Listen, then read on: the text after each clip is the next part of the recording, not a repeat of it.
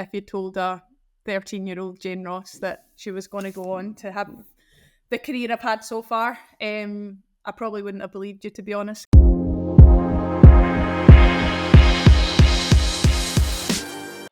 Hey everyone, welcome to our podcast, The Bold Tackle. We are your hosts, Sophie Howard and Oliver Howard, and we are ready to tackle bold topics in sport, highlight the women's football industry, and speak about the unspoken. If you are ready to get an insight into what really goes on behind the scenes, join us on our journey and listen in to The Bold Tackle.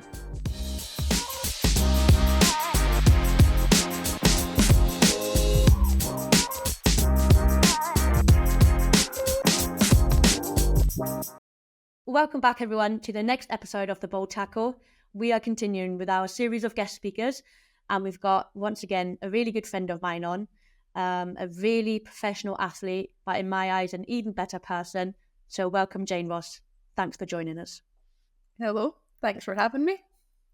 For people that don't know you, Jane, you currently play for Rangers. You're Scotland international. I'm super excited for this conversation, not only because I am really looking forward to you sharing your story with our listeners, but more importantly, I think we've got a long overdue catch-up that is necessary. Definitely, yep. So let's just kick it off with, you were born and lived on the Isle of Bute, a little island. What does your childhood look like on the island? Yeah, so I was born and raised, as you say, on the Isle of Bute, and yeah, I went to school there, I lived there, I played football with the boys, I went to a local coaching clinic 2 or 3 days a week in the evenings, and trained with the local boys. There was a few girls that joined in from time to time, but consistently, yeah, it was probably just mainly boys I would train with. I loved that, to be honest. Yeah, it was all about the ball, it was all about just technique and football, and it got me, my passion for football. I suppose I loved the game as a young kid. I used to play the boys in my garden and down the park. And then obviously when I joined the coaching clinic, I just loved it. I loved football. I loved playing the game. And I kind of had a bit of skill there. So it was something that I was kind of good at, which also makes it even more enjoyable. So, played football there until I was 12, coming up for 13. And then I joined my first club, which was Paisley Saints Girls. And so I used to commute to Paisley twice a week for training, and then would go up at the weekends and play with the 15s and the 17s over the weekend before coming back to Bute again for, the week. Commuting didn't look like getting in a car driving across, did it? No, there was a ferry journey involved, so that was always a big commitment, as it would be, I'd have to rush away from school. School finished at 4:45 and we had to rush for the 4 o'clock ferry. My dad was, obviously had a huge commitment there, as I couldn't drive at the time, so he used to take me away, would go up, would train, and then the last ferry would be at like 7, 7:45 at night, so training always started at like 7 o'clock, say, so we never made the last ferry home, so it was always an overnight stay. And then we'd have to get up for the first boat in the morning at 6:30 the next day to be able to get back for school for me and for work for my dad. So it was a huge commitment, both for myself and for my dad. I was very fortunate to have supportive parents who, obviously helped me and supported me on my journey. Did you ever get to a point where you're like, oof, I can't do this? Like, because just listening to you, it's a massive amount of commitment at a very young age without even knowing where this is taking you. Yeah. No, I didn't really ever have the point where I was like, oh, I don't want to do this. Like, obviously, as I got a bit older and got into my older teenage years, like, I obviously was missing out on Friday night parties and Saturday night things, like social events. But for me, I just loved playing football. Like, I was getting the opportunity every weekend to play games and to, be involved with other girls who also loved playing football. And so that for me was like, massive, and I loved it. So when you moved to Paisley, was that the first time you were kind of in an all-girls setup? Yeah, it would have been. Yeah. We didn't really have, like, on the island, we had the coaching clinic, but we didn't really play regular games again. We had the odd game every once in a while, but we didn't really play regular games. There wasn't like a youth setup for kids on the island at the time, so there wasn't any like games to go and play in regularly at the weekend. So we didn't have a school team that played regular games. Like, we had the odd tournament every now and then, but there was never really any organised football for the youth players on the island at that time. So like when I first joined Paisley, that was the first time I actually played in a game of football, like other than being down the park with the boys, like kind of kickabout. So I think, yeah, just being involved in that, and I had to find my position. I remember that, like the early days, they were trying me in every position as to, oh, where does she fit in? And then I think I played my first game up front and scored like a number of goals, and they're like, okay, we're going to play us out forward now. So yeah. Was that your favourite position? Yeah, I think so. I mean, Did they just stick you up front? I knew it in defence first, and I think they thought, nah, get her out of there. Get her a bit further up the pitch. So I definitely think forward is probably my favourite, any of the attacking positions, but yeah. To be fair, you do a decent job at scoring goals, so I guess they got your position right. Yeah. Then you moved to Glasgow City. Why? Yeah. I think I spent 5 years with Paisley Saints, and I grew up through the youth system and joined their first team. So I played with their first team for a season, and I think we were maybe in third division of like Scottish football. So it wasn't really probably great football in hindsight, but it definitely helped me develop as a player. And then the opportunity came. I'd got into the youth setups with Scotland, so I was involved with that. And at the time, Peter Caulfield, who was the Glasgow City manager, just had reached out and said, we're interested in signing you. Like, is that something that you would be interested in, like, coming, like, to join us? And so I was obviously a young player at the time. I was 16. They were one of the best teams in Scotland. So, I obviously spoke to my dad because he was a big part of my football career and journey. And yeah, I think between us, we kind of decided that it was a no-brainer that for me to continue to progress and develop, then I needed to go and be challenged and, yeah, to join one of the top teams in Scotland. Did you feel that was a challenge for you? Because you were very, very successful at Glasgow City. You were there for a fair few years, won a lot of trophies and scored a lot of goals. So from the outside, it looks like you went, you smashed it basically, and you left as a club legend. Did you feel that challenge because you moved from you're fairly young. What were you, like 15, 16 maybe? Yeah, I was 16 at the time when I joined Glasgow City, and yeah, I think having come from the island and women's football wasn't where it is today, where you knew everyone and you knew the players and you knew what you were going into. So I knew Glasgow City were one of the top teams, like they'd been up challenging, they'd been in cup finals, but that was kind of all I really knew about them at that point. I didn't really know the squad, I didn't know like the league that I was going into. Like I was quite young and probably naive, so I think I signed knowing I was going to be challenged first and foremost in training, because I was like, I'm going to be training with better players, I'm going to be challenged every day. And at 16 years old, I wasn't really expecting to go there and probably play as regularly as I did initially. But yeah, the group that I went into were great. Like they made me very welcome. They made me feel just a part of the team from the start, and I settled in really quickly and was fortunate to actually be playing quite a lot of the games, even when I first joined. How big was the jump from, obviously you said third division, to then the top flight in Scotland? And obviously Glasgow City still is, but especially back then was absolutely like the champion of Scotland. How big was that jump for you?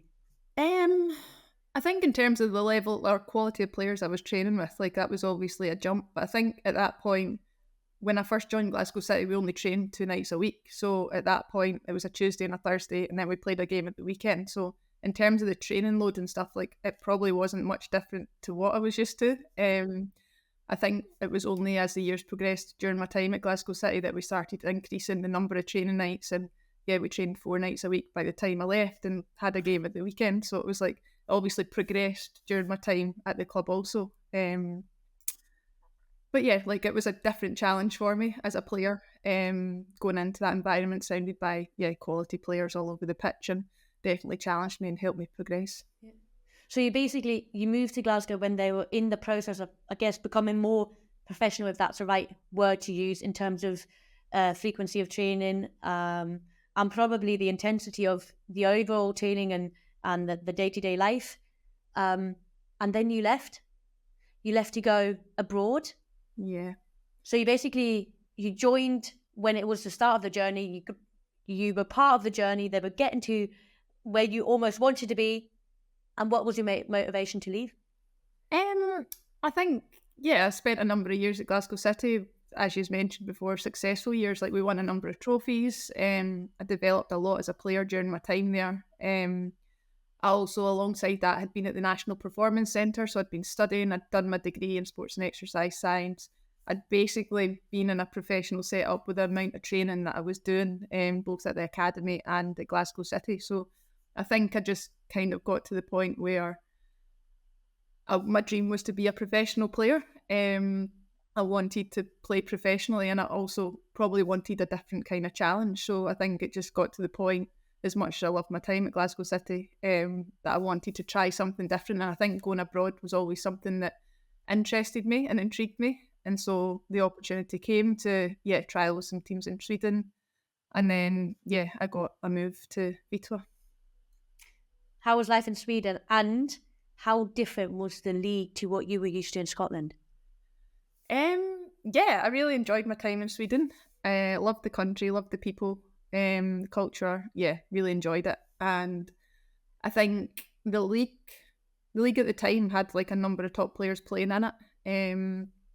It was a very physical league, a very competitive league all round. And so I think from coming from Scotland, where there was maybe a number of teams at the top of the league who were competitive, to then go to a league where anyone could sort of take points from anyone, it was exciting.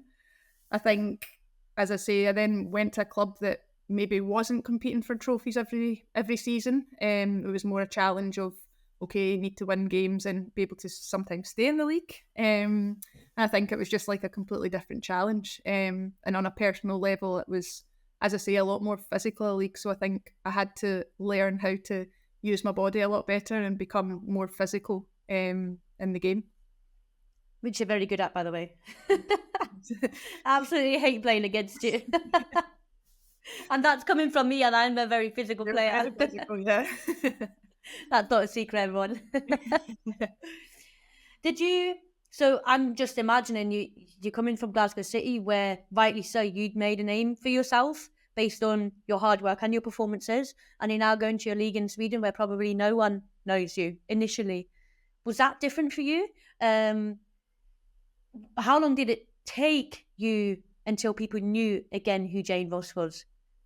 I don't really know, to be honest. I think I settled into the club really well. Like, the group were great. Everyone spoke English really well, which really helped me with the transition.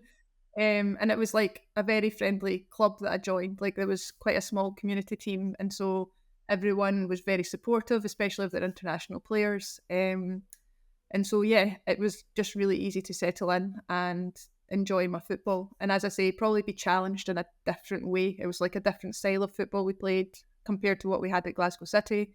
And so it was just, for me as a player, just a completely different challenge. Mm-hmm. And then, next step, you moved down south to England, moved back to the UK. Why? And how was your spell at Man City that turned out to be a very successful spell for you personally and also the club? I spent 3 years in Sweden and I really enjoyed the time. But as I say, like, I think we weren't really ever competing for trophies. We were always kind of mid-table as a club at Vitwa. And I think I got to the point where I kind of wanted to challenge for those trophies again. Like, the competitive side of me wanted that. And Manchester City came in and basically were interested in signing me. That's not what happens every day. I spoke to my agent, obviously, and discussed things, and for me it was obviously the right move to make at that point in my career. I really enjoyed my time at Manchester City. They were a great club to be a part of, and as you say, like, we had some successful years where we won some trophies, and it was very enjoyable. I think that's the time that I got to know you, that we got to know one another when you were at Man City. Would you describe that spell as, I guess, one of your highs of your journey? And I always like to say journey because for me, career starts with kind of being professional, but I think all our journeys start way before that, when our commitment to the sport is already there before we're even professional. So would you describe it as one of your highs? Because from the outside, I definitely would say you being at Man City and performing to the levels that you did back then and still are, like, I think you won a lot of people over and a lot of young girls were looking up to you and wanted to be like Jane Ross. Yeah, I think definitely. Like, I think that, as I say, like the first season and a half, 2 seasons at Man City were really enjoyable. Like, I loved the style of football we played. We won trophies. I think winning the league's probably up there with, one of my highs of football. Definitely enjoyed that period. I think there's been a lot of good times throughout the years. I think, obviously, as I say, we won a lot of trophies at Glasgow City also prior to that. And I think maybe just because, obviously it was Man City, it was the league, the FAWSL was just growing at that point as well. So, like, there was a lot more probably media attention on the league as well, and a lot more exposure to the games that I was playing in. So it definitely was an exciting time and, an enjoyable time. And then you made a move. Why, this might be a quite challenging question, but why would you leave a club that is so successful and is doing so well? I think it just got to the point for both the club and for myself that I wasn't really playing so much, and they were obviously looking in different directions for different forwards also. So I think it just reached the point where I wanted more game time first and foremost, and they also, as I say, had signed different forwards and were playing them. So it kind of just got to the point for both parties where I was looking for a different challenge. I wanted, to compete and actually maybe get a bit more game time, or at least challenge for more game time, and that wasn't really happening at Man City anymore. So, that's probably the bottom line of it. So obviously then I moved to West Ham, which was a fresh start for me, and kind of managed to get a lot more game time the following season. And then you gravitated back towards Manchester. Yeah. You moved to United. Did you see that as, because obviously United at that point had just newly been promoted, and for me it looked like you're again joining a club that is on their journey to building. At that point, however, you were a very established player. Why, as a player, did you decide to go to a club that was building, knowing that you were this established player that had already won all these trophies? Where did that motivation come from? I don't know. I think it just was, it felt at that point like the right move. I'd spoken to Casey, the manager, and it was something that I just bought into, to be honest. I really liked living in Manchester also. I loved the city, and it seemed like an exciting journey to go and be a part of. So for me at that point, it obviously seemed like the right decision to make. Was it difficult for you to join a Manchester club that was not Man City after having spent so many years and so many successful years there? Yes and no. Like, I think obviously, I enjoyed my time at Man City, but I also no longer was a Man City player. Like, I joined West Ham, I'd played a season there, and then the opportunity came for me to obviously move back up north and go to Manchester and to play for Manchester United. So it was, a new challenge for me, and one that I was really looking forward to as a player. And as a professional I am, it was, me going in to be the best player I could be and give whatever I could to the club. I am detecting a pattern of you looking for challenges to grow, constantly looking to get better and to challenge, and at all times, no matter what club you are, you being the best version of yourself. And I know that as your friend and having spent a lot of time with you. By the way, Jane was my very first roommate when I first joined the squad. So I got to see how Jane lives every single day, foam rolling about 80% of the day, everyone. But I'm detecting this pattern, and where does that come from? Because it could be easy to, I guess, after facing some challenges of not playing, or having to move club, or making the decision to move club, to let yourself go a bit. Where does that motivation come from? I think it's just my personality, to be honest. Like, I think I'm just never happy to, like, I always want to challenge myself and to be the best version of myself. So I think to be in an environment that gives me that opportunity and allows me to, challenge myself and get better and grow, is something that I'm always looking for. So I'm not really content with, like, just sitting and being happy where I am, and I suppose just like receiving a paycheck and being, like, that's not why I play football. I obviously want to be winning trophies and to be competing, and as I say, to be the best version of myself. And so it's about the environment to be able to get that from me. You just mentioned, which I know, and I think a lot of people will get from this conversation is that the paycheck is absolutely not the reason why you play football. So what is the reason why you play football, or why you started all those years ago? I think like the bottom line is I just actually love being on the ball. Like I genuinely could go and spend hours just like kicking a ball around on my own, and I would be content. Which sounds sad. Like I realise at 5 years old now, like that sounds like I would be a kid, but like that genuinely is what I get enjoyment from. Yeah, playing football, literally. I think being a part of a team, the people I've met through football, the connections I've made, the clubs I've played for, like, yeah, it's obviously been amazing, everything, all that comes with it. But I think the bottom line of why I play football and why I'm still playing football is I actually just love the game. So yeah, you are still playing football. You now play for Rangers. Yep. Why did you move back to Scotland? I feel like at that point, yeah, obviously COVID times happened, which was, yeah, I think challenging for a lot of people, but I think it also gave me a kind of point to stop and think about things and situation. We obviously, the league stopped initially in the first season. We went back to play again for Manchester United, had another season there, and yeah, yet again, second season, wasn't playing so much, didn't get so much game time. So I think for me, it was looking for, okay, where can I go to that will challenge me again, and like, yeah, looking for, yeah, just a different challenge, I suppose. And so the opportunity to join Rangers came up. It's the club I've supported since I was a kid, and to be able to go there and the way the league had grown and developed, there was a professional setup there now. So to actually be able to go there and be a professional footballer was my dream, basically, as a kid. So I think to be able to do that, to move back a little closer to home, be closer to my family and friends back in Scotland again, where I hadn't lived for 10 years or so, was, yeah, just a prospect that I really looked forward to as well. So I think just at the time it was, and just, yeah, where I was at, then that was just the right move to make.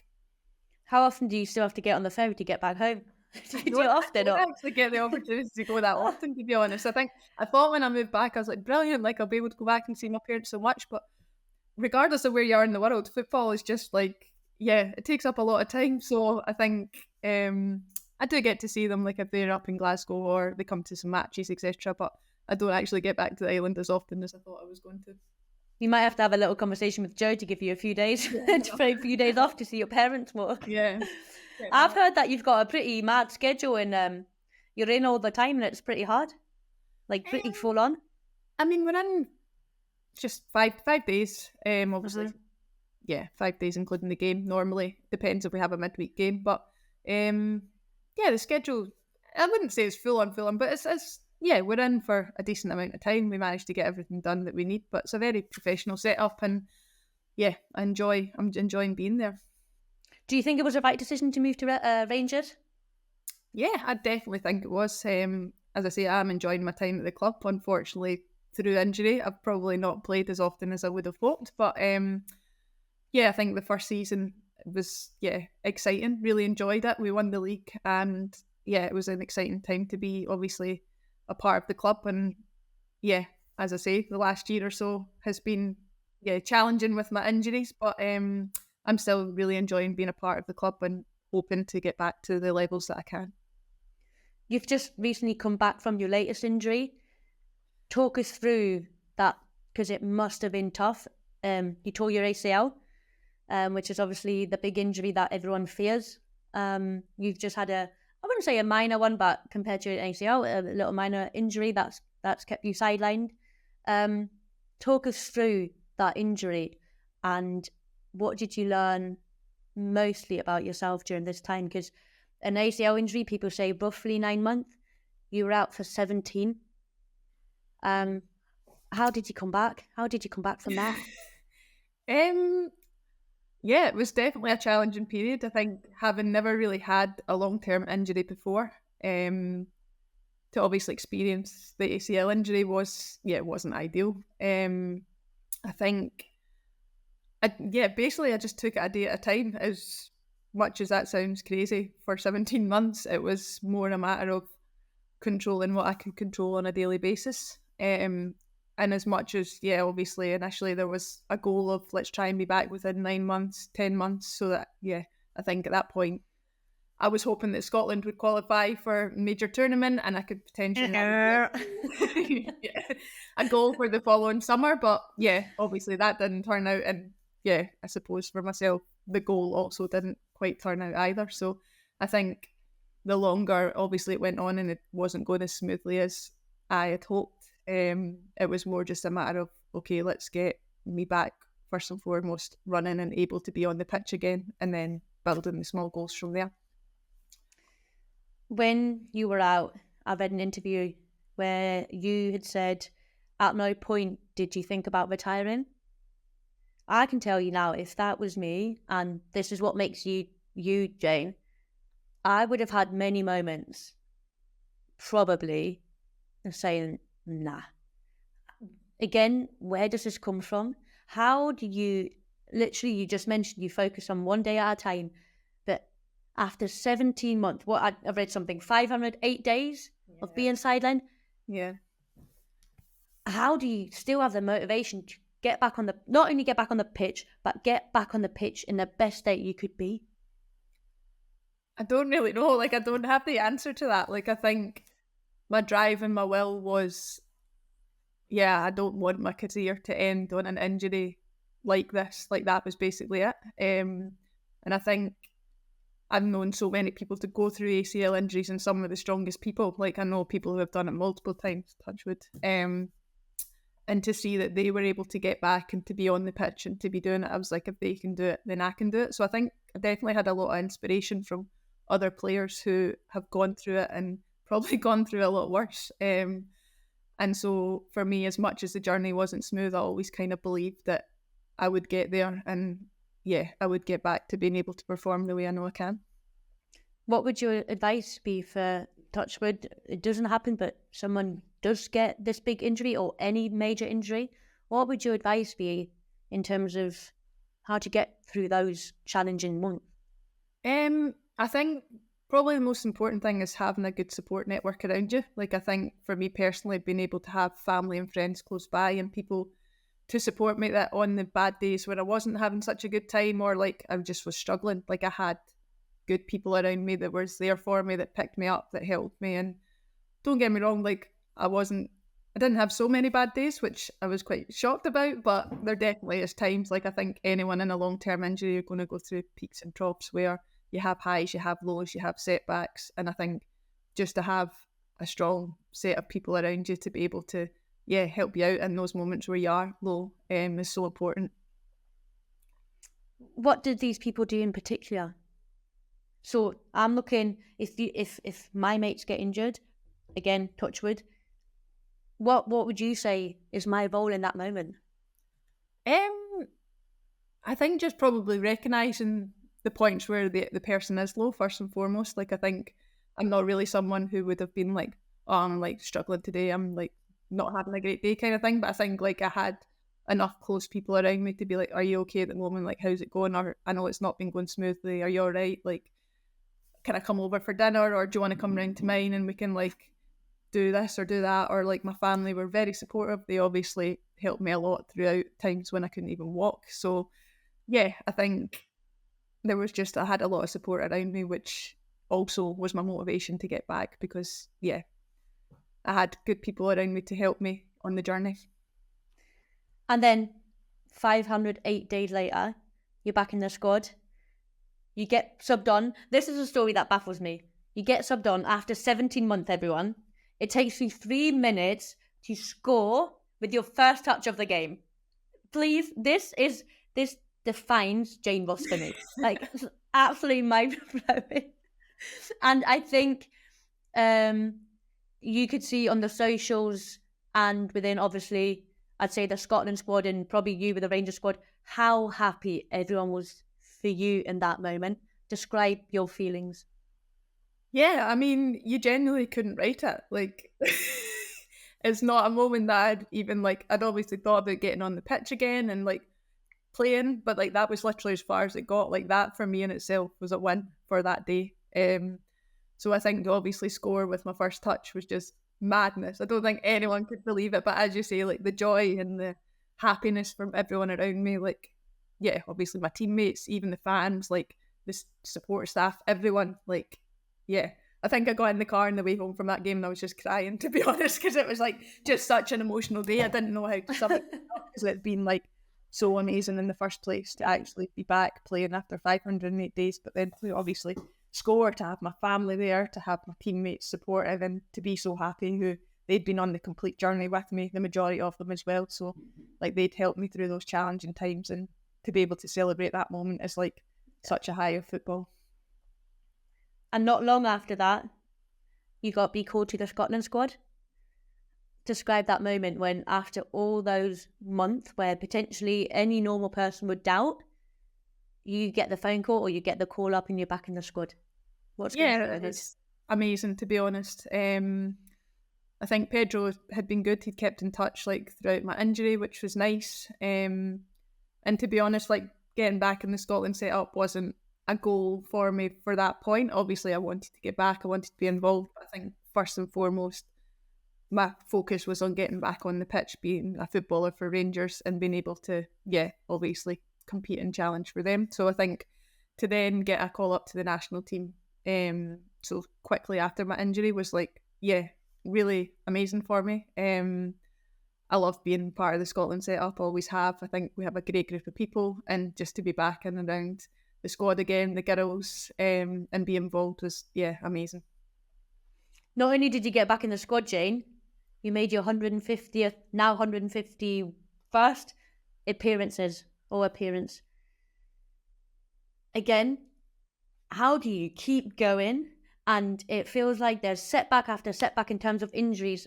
Then there's potentially you're not getting the minutes, rejection in that sense, and you just keep going. And after every setback, I feel you come back stronger and you hit a new milestone.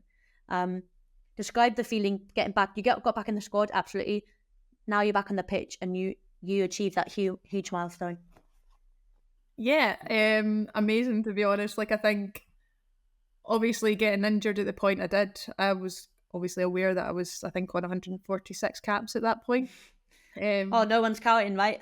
No, obviously, I think it was weird because before, like, I got injured, it had been not long before a camp, and like, it would obviously been speaking to somebody else, like, you're close to 150. I was like, but never say never. And then obviously the injury happened, and I was like, see, you can just never count your luck. Like, you never know what's just around the corner, sort of thing. So I think knowing that, and kind of, the person I am, it was always like, I would obviously love to achieve 150 caps, like, regardless. But if it didn't happen, then it also didn't happen. So I think it wasn't something that I was putting pressure on myself to achieve, but to obviously now I've achieved that, and it's amazing, and something that as a kid could only have dreamed about, to be honest. Like, I think just representing my country once was a dream come true. To go on and done it over 150 times is Looking back at your career from when you started on the island, I love saying when you started on the island, that huge commitment.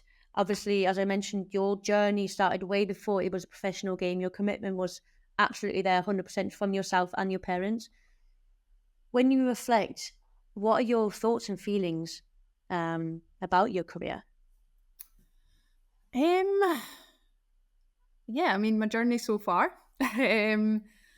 By the way, you've still got a fair few years left, so we're not done here. I think so, no, I think if you'd asked me as a kid, like, what I wanted to achieve, like, I think if you told a 13-year-old Jane Ross that she was going to go on to have the career I've had so far, I probably wouldn't have believed you, to be honest, because I think, as you say, like, just a young girl coming from an island, I think to have played professional football would have been a dream, but I think to have gone on and played for the clubs that I've played for, to play for Rangers, which is a club that I grew up supporting and could only have dreamed of playing for, and to have represented the national team on so many occasions, I wouldn't have believed you as a young girl, but obviously sitting here just now, it's like, definitely something I'm proud of. I think sometimes people just need to tell you, Jane, you should be so incredibly proud of yourself, because from a very young age, things seemed to go really well for you. You got the call up very early, Scotland, and you were winning trophies. but throughout your whole career, you absolutely 100% stayed Jane, and stayed the humble Jane and the most hardworking Jane I have ever known, or the most hardworking person. So I think in this moment, I just want you to know, I think, how proud you should be of yourself. Thanks, so. Because it's not like I always. Gosh, why is it so emotional? Just kidding. Because I think to do things once, it's not easy, but it can be done. But to do it consistently to the level that you do it for, don't know how long does your career stretch for? Say 10, 15 years, for 20 years. Like, to do it consistently for that long with all the setbacks, like, I don't think that should be underestimated. Thank you. You're very welcome. Thanks, Jane, for not only joining me, but for allowing everyone, I guess, to hear your story. Injuries are hard, but I think you've shown everyone that, first and foremost, you can come back stronger, and you can learn so much about yourself in the process. So I think this will help a lot of listeners that potentially are going through an injury, or will face some setbacks, because we all do at some point, just to, I guess, realise, as you said, one day at a time, and things will come. So thanks so much for being so open, Jane. No worries. Thanks for having me on, so. Lovely chatting as always. Yeah, as I said, a long overdue catch-up. Usually we manage to catch up on camp, but it hasn't happened in a while. But hopefully it'll happen again very soon. But thanks to you, Jane, again. And thanks for all the listeners listening again. I hope you enjoyed the conversation. And I hope Jane managed to inspire you to just keep going. Thanks, everyone. See you next week.